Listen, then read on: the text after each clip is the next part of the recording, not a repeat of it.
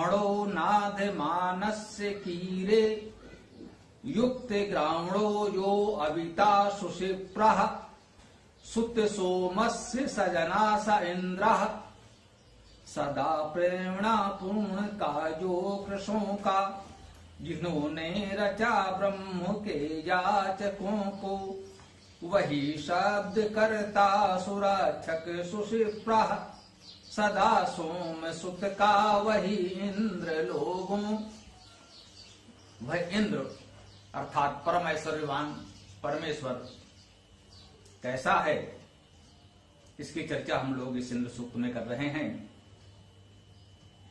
तो इस मंत्र में बताया जा रहा है यो अर्थात जो रध्रस्य पूर्णता का, रद धातु का अर्थ पूरा करना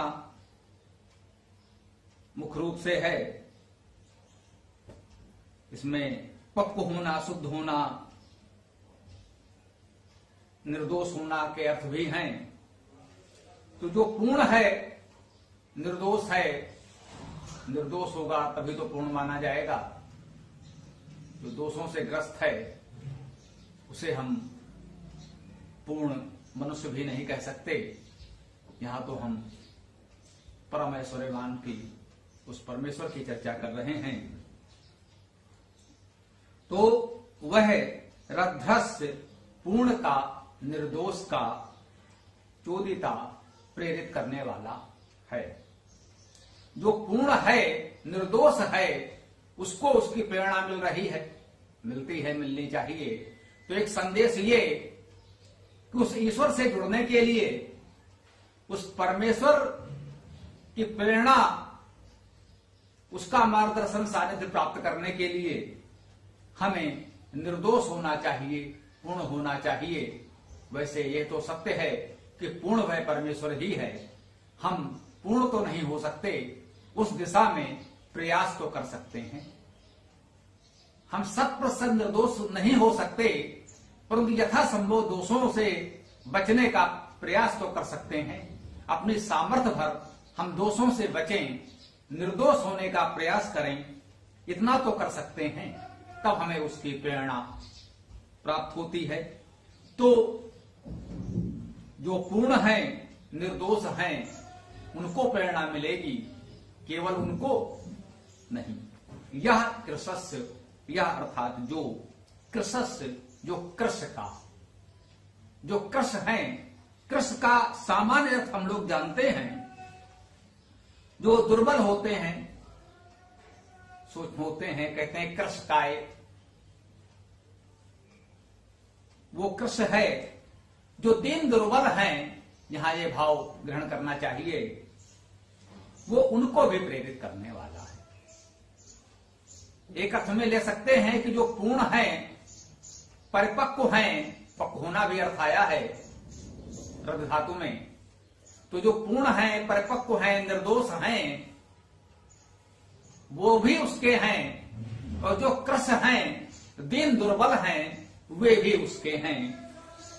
वेद दोनों की बात कर रहा है। दीन दुर्बलों की उपेक्षा करके कैसी पूर्णता, कैसे हम निर्दोष हो सकते हैं, ये कैसे संभव है। तो समाज में जो कृशकाय हैं, दीन दुर्बल हैं, उनको भी साथ लेकर चलें, इसी में हमारी पूर्णता है। और इसी पूर्णता से हम निर्दोष हो सकते हैं और उस परमेश्वर की प्रेरणा, उसका सानिध्य प्राप्त कर सकते हैं। उसकी कृपा, उसका तेज प्रकाश, वह अध्यात्म, उस ज्योति को, उस आनंद को अनुभव कर सकते हैं। जो ब्रह्मणो नाथ मानस्य कीरे, सम्मे षष्ठी का प्रयोग है, अर्थात वो इन सब लोगों को प्रेरित करने वाला है। यो अर्थात जो ब्रह्मणो, वो ब्रह्मन को प्रेरित करने वाला है। ब्रह्म शब्द ब्रह वर्धने धातु से बनता है। अर्थात ब्रह धातु का अर्थ हुआ वृद्धि होना, ये उसका मुख्य अर्थ है। बोलना शब्द करना भी इसका अर्थ है।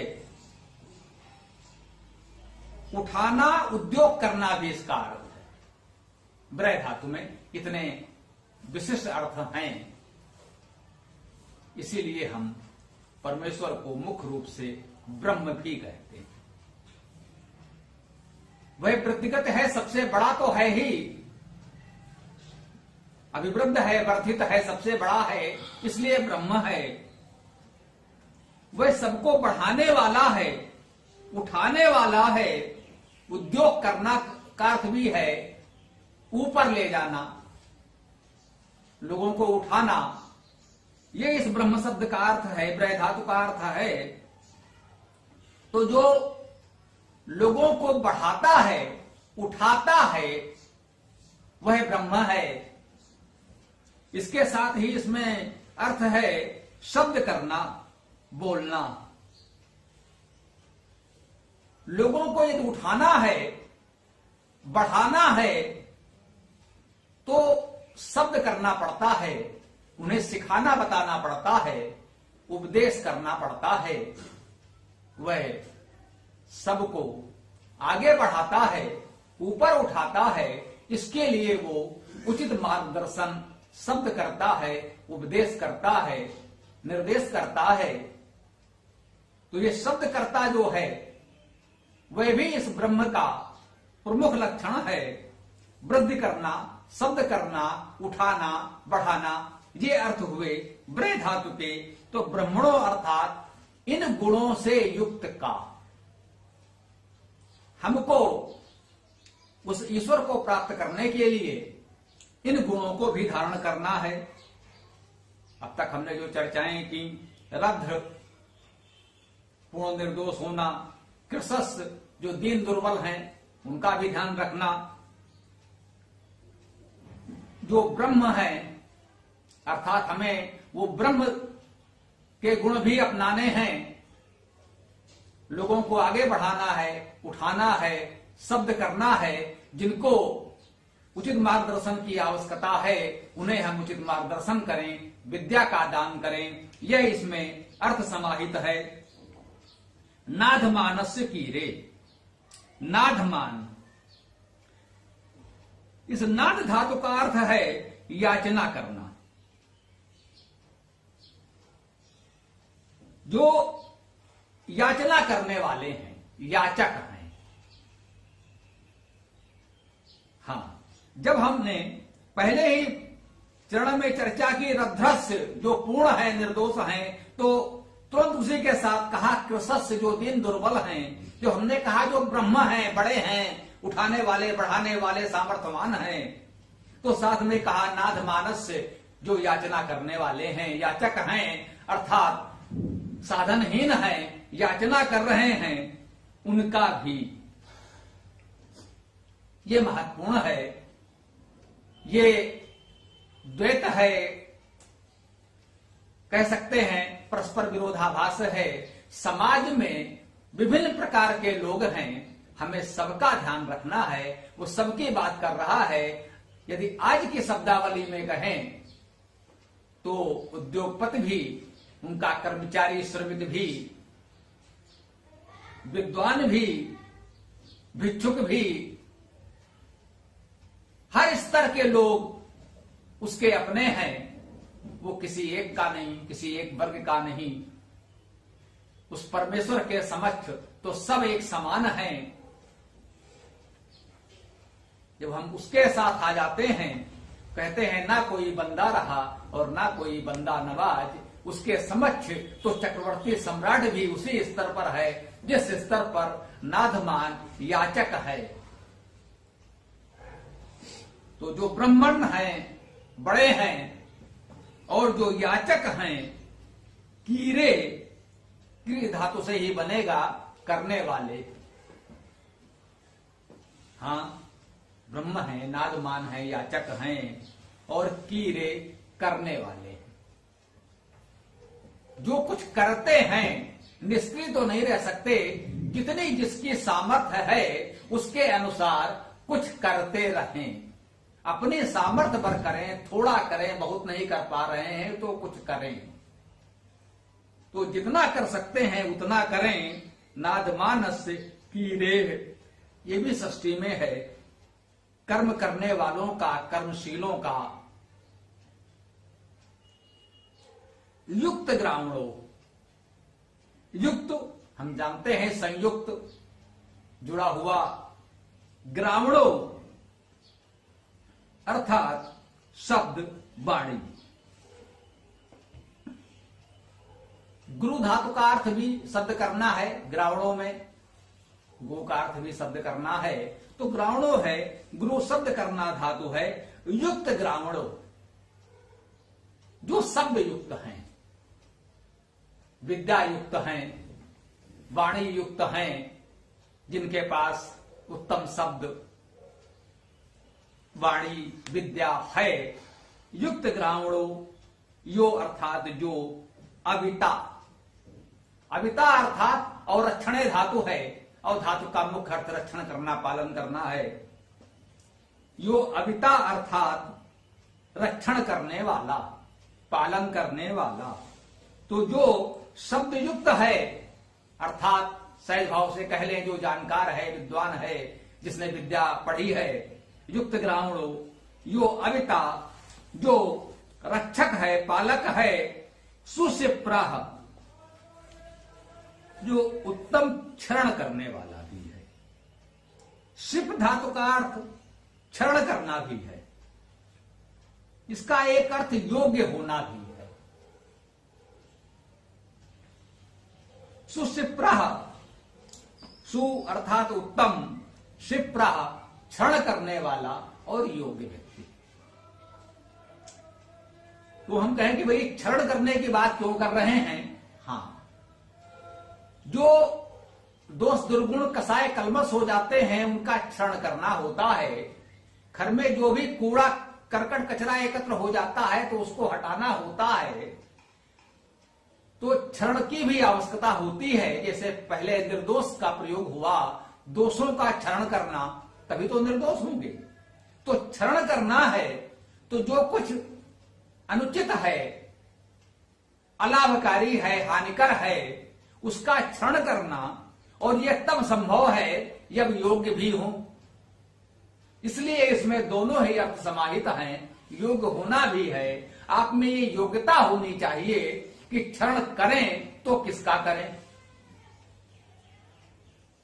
उपयोगी का क्षरण न कर दें, हितकारी का क्षरण न कर दें, तो जो हानिकर है उसका क्षरण करें और योग्यता प्राप्त करें, जिससे हम उचित निर्णय ले सकें, उचित का रक्षण करें, उचित का क्षरण करें। हमें अविता, रक्षक पालक होना है और इतना योग्य होना है कि हम जो दोष दुर्गुण हैं उनका क्षरण कर सकें। सुत सोमस्य सजना से इंद्र, सुत, सु ऐश्वर्य धातु है और सृजन करने के अर्थ में भी यह है। सु धातु का अर्थ है उत्पन्न करना, ऐश्वर्य होना। तो सुत का अर्थ हुआ जो सृजनशील है, जो ऐश्वर्यवान है, जो सृजन करता है। ऐश्वर्य का अधिकार उसको है। ऐश्वर्य का अर्थ है शासन, सत्ता होना, शासन का अधिकार होना, यही ऐश्वर्य है। तो सुत सोमस्य, सुत का अर्थ हुआ ऐश्वर्यवान और सृजनशील।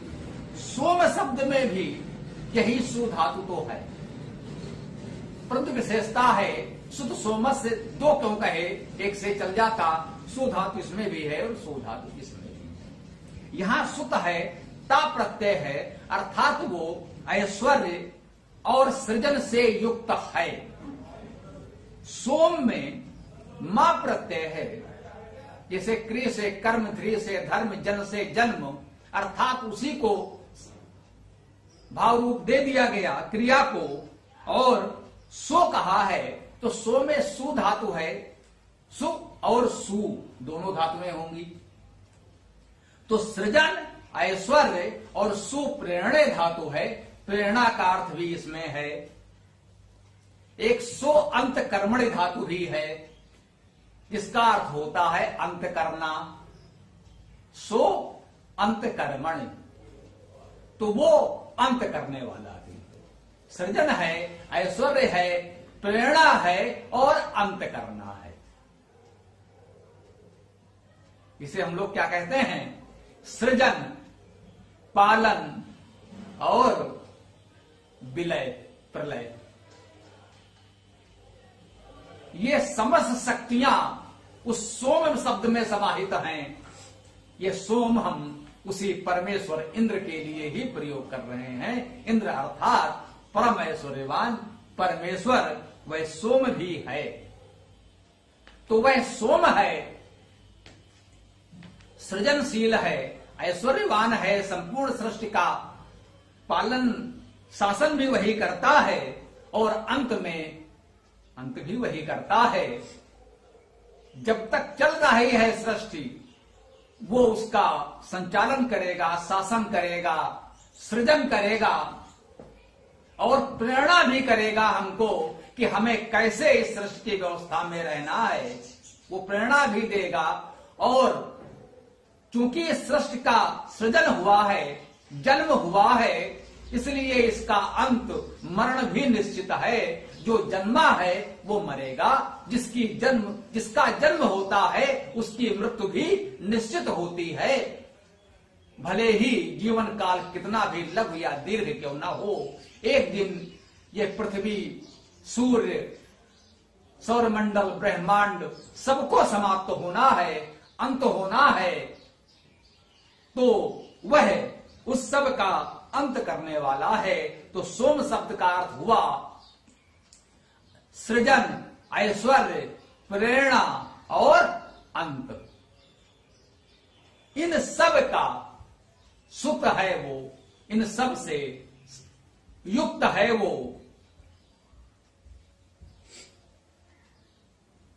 और जो लोग इन गुणों को अपने जीवन में अपनाना चाहते हैं, उन सब का प्रेरक है, प्रेरणा देने वाला है। जो मंत्र के प्रारंभ में आया कि इन गुणों के लोगों को वो प्रेरणा देता है, अर्थात ईश्वर का संदेश, ईश्वर का मार्गदर्शन, उसके सद्भावना, प्रेरणा, दिशा निर्देश उनको प्राप्त होते हैं जिनमें ये गुण होते हैं। और अंत में कहा स जना स इंद्रा, जो ऐसा करता है, जो इन गुण वालों को प्रेरणा देता है, हे लोगों वही इंद्र है।